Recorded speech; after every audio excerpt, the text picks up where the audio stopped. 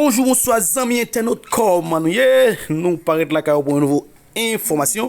Grand point cap domine actualité à moment parler la mesdames la société, c'est investiti nouveau coordonnateur général là, au niveau CPT dans pays d'Haïti, mesdames la société, nous pourrons permettre que vous regardez état de qui ça citoyen ça dit, comment il peut utiliser FADH et BSAP pour contraindre ça qui passé dans le pays ici là, c'est pas bagaille pas petit. En tout cas, on profite de saluer Pierre Gastel d'Haïti, n'a salué Samuel Danti Samuel, n'a salué Danti Ronald Pierre, coordonnateur général dans le département du Nord-Ouest, dans question Royaume Vaudou dans le pays d'Haïti, n'a salué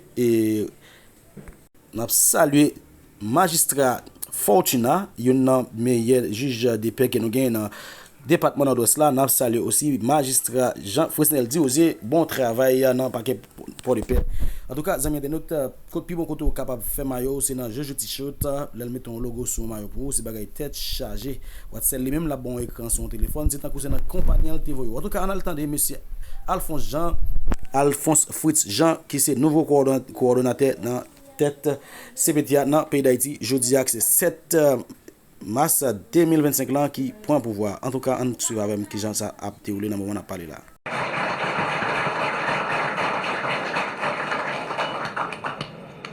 Merci, asseyez-vous.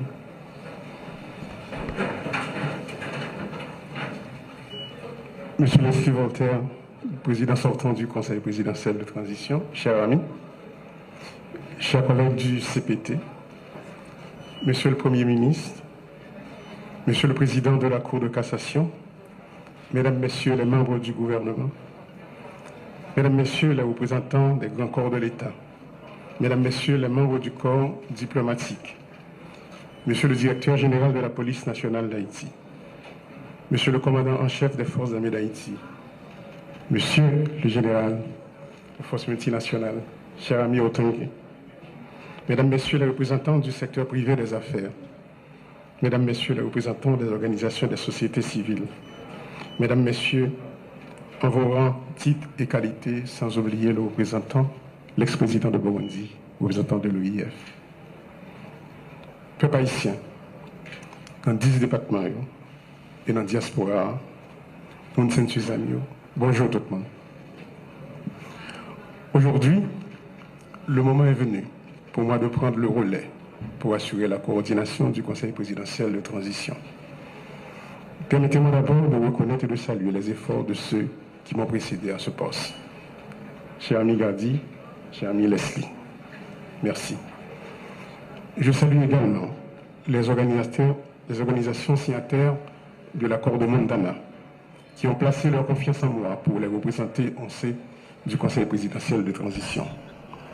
Le chemin est ardu et rempli d'embûches, mais nous nous attelons à la tâche. Cette passation aujourd'hui revêt un caractère symbolique, mais combien important, parce qu'elle démontre notre engagement envers l'alternance. Le travail doit se poursuivre. Il s'articule bien entendu autour des axes fondamentaux de la transition.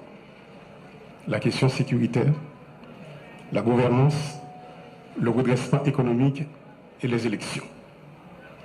Il y a urgence, car les populations de l'Ouest et de l'Artibonite, pour ne citer que celles-là, requièrent des interventions concrètes et rapides de l'État pour se remettre des méfaits de la violence exercée sur elles. Nous tenons à saluer leur courage. La violence est instrumentée par des trafiquants de tout acabit. Drogue, organes et personnes, armes et munitions, sans oublier les entrepreneurs politiques et certains éléments du secteur des affaires. L'insécurité a créé des besoins additionnels et exerce une pression sur les ressources déjà insuffisantes que l'État devrait canaliser, par exemple, vers la santé, l'éducation, l'épanouissement des jeunes.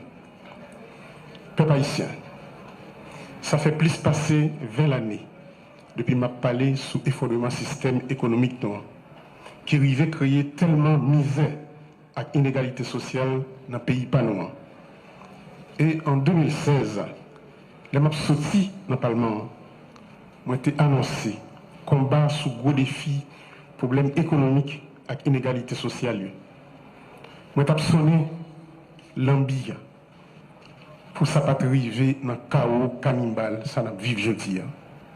Côté, certains monde qui dans le secteur économique et politique, ils mettent des armes dans la jeunesse pays, puis ils fait, ça ils connaissent, pour détruire la vie avec bien, pour faire action et traîner nous dans la honte ça que nous vivons jeudi. Jeudi, quand bombe ça nous arrive là, on kidnappé, femmes violées, un pile monde perdit la vie avec bien, un pile monde courir quitter le pays, puis aller prendre refuge dans notre pays. Ces conséquences violentes.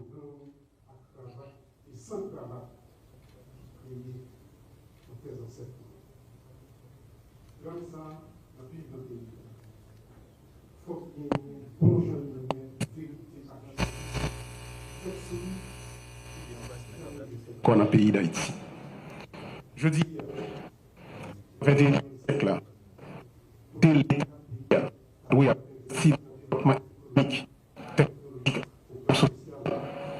pour l'éducation, santé, logement, infrastructure, agriculture, nous obligés à dépenser un pile d'argent dans acheter balles à examen pour lutter contre gangs criminels toute qualité.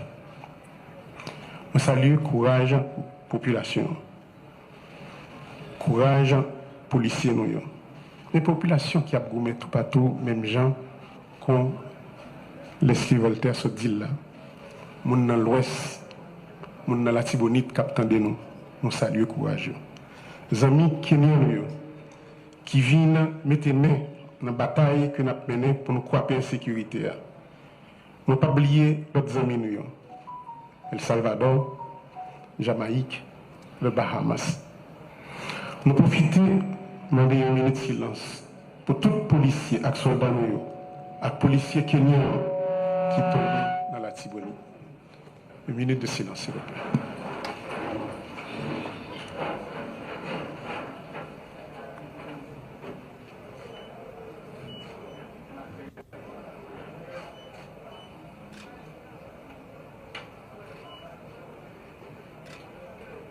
Merci beaucoup.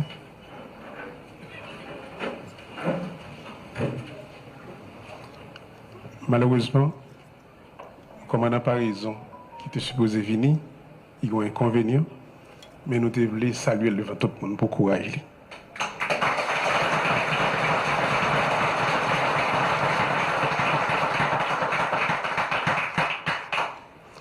Notre pays est en guerre aujourd'hui. Et nous devons impérativement nous unir pour gagner cette bataille. C'est pourquoi j'insiste sur un budget rectificatif de guerre qui oriente les dépenses dans la direction des défis qui se dressent devant nous. La sécurité est notre plus haute priorité et nous devons absolument nous assurer de l'adéquation entre les dépenses, les défis, les actions qu'il faut mener pour les relever afin d'atteindre les résultats concrets. Le Conseil présidentiel de transition et le gouvernement doivent garantir que les projets des ministères s'inscrivent dans cette démarche et concourent à la tête de ces objectifs. Dans le cadre de ce budget rectificatif, il faudra mobiliser les moyens qui permettront à l'État de satisfaire aux besoins de relèvement engendrés par les dégâts causés par l'insécurité sur les plans économiques et sociaux. Le Comité national de sécurité mis en place devra guider et orienter les forces de l'ordre et aura la charge de s'assurer avec elles de la pertinence du plan stratégique de sécurité. Parallèlement, il y a lieu de veiller à l'opérationnalisation, au renforcement et à l'harmonisation des services de renseignement à travers l'activation du décret portant création de l'Agence nationale d'intelligence.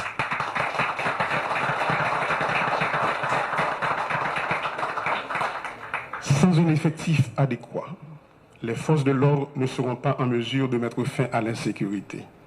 Fort de ce constat, cette année même, plus de 3000 recrues seront formées pour combler le déficit en nombre de troupes sur le terrain, au niveau de la police et au niveau des forces armées d'Haïti.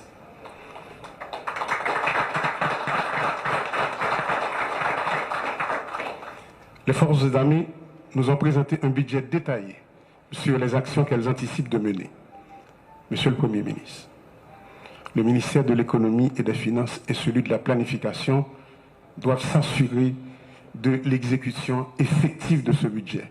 Nous ne sommes pas en temps normal, il faut agir dans l'urgence pour éradiquer la violence. Il me plaît de vous informer qu'un protocole d'accord sera signé entre les forces armées d'Haïti et l'Agence nationale des aires protégées pour la mobilisation des agents des aires protégées dans la guerre contre les gangs armés. De plus, les démarches sont en cours pour un support aérien et maritime de façon à mieux protéger nos frontières maritimes et terrestres. Il est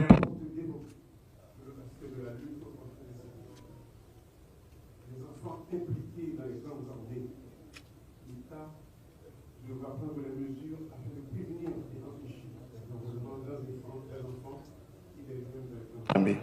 De plus, il faut renforcer la Commission nationale de désarmement, de démantèlement et de réinsertion, comme d'ailleurs le souhaite le Premier ministre Alexis Didier-Fils-Aimé.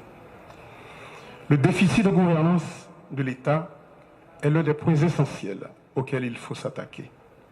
Il produit un effet néfaste sur la crédibilité de l'État auprès de la population, dans la mesure où il ne coïncide point avec l'établissement d'un terrain de jeu égal pour tous dans un contexte de capture de l'État par certains groupes.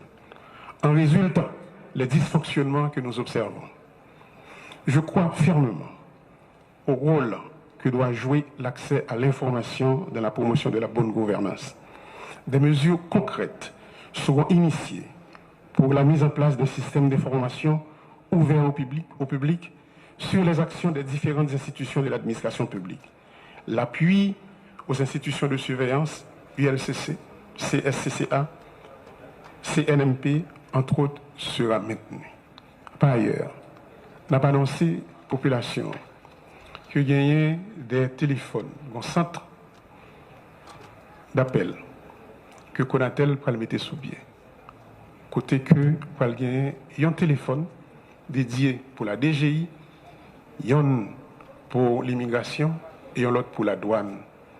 Si un client il sentit pour une raison pour l'autre, il y a des abus qui a fait et il y a des magouilles qui a fait, téléphone ça a servi comme un téléphone d'alerte.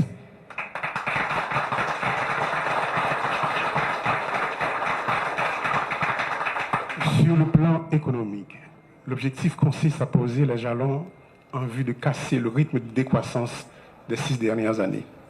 Pour cela, il faut soutenir la production nationale et stimuler tant la consommation que l'investissement en favorisant une approche régionale. La poursuite de pareils objectifs suppose d'abord la mobilisation des ressources domestiques. Celle-ci consiste un gage de notre engagement réel pour la renaissance de notre pays et serviront à amorcer la croissance.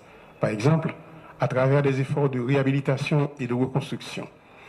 La violence a forcé bon nombre de nos citoyens à abandonner leur logement et à délaisser leurs activités productrices de recettes. Dans ce contexte, sur le plan humanitaire, plusieurs actions urgentes s'imposent. Parmi elles figurent le relogement des personnes déplacées internes, la constitution de structures d'accueil pour les déportés, le support nutritionnel d'urgence aux personnes en situation d'insécurité alimentaire, l'accompagnement social des jeunes, notamment de violences sexuelles. Notre objectif majeur demeure le retour à l'ordre constitutionnel. Aussi, conformément aux accords convenus et aux engagements pris, nous devons prendre des mesures concrètes pour préparer le rendez-vous du 7 février 2026. Sur les élections, par exemple, il faudra continuer à alimenter le fonds dédié à la tenue des élections et au CEP, financer les activités du comité de pilotage de la conférence nationale, œuvrer à la mise en place d'un vaste programme d'identification des Haïtiens. Il reste entendu que la concertation avec la société civile et la diaspora doit également se poursuivre. Et nous ne manquerons pas non plus de faire appel à nos amis de la communauté internationale pour un appui au processus électoral. Je dis, il y a des amis de la diaspora qui sont avec nous. Merci de l'amitié de votre présence, chers amis. Chers concitoyens, pas assurer la population que nous sentons douleur, souffrance, désespoir, monde qui perdu famille, caille, travail, famille qui subit viol. Nous avons gourmé pour mettre fin dans ça et pour nous accompagner. Mais c'est bien bas, nous saluer et honorer résistance héroïque, monde qui empêche le pays à effondrer. Producteurs paysans, Madame Sarah, artisans, chefs d'entreprise honnêtes, fonctionnaires l'État, policiers et militaires honnêtes, organisations sous quartier. Je vais profiter pour inviter tout le monde pour nous entrer dans la bataille contre l'insécurité. Il n'y a plus de place pour la division. Il faut s'unir pour gagner la lutte contre l'insécurité. Au nom du Conseil présidentiel de transition, je renouvelle mon engagement pour établir la paix. Nous devons redonner l'espoir et jeter les bases d'un avenir de stabilité, d'équité et de prospérité partagée pour tous les fils et toutes les filles d'Haïti. Merci beaucoup.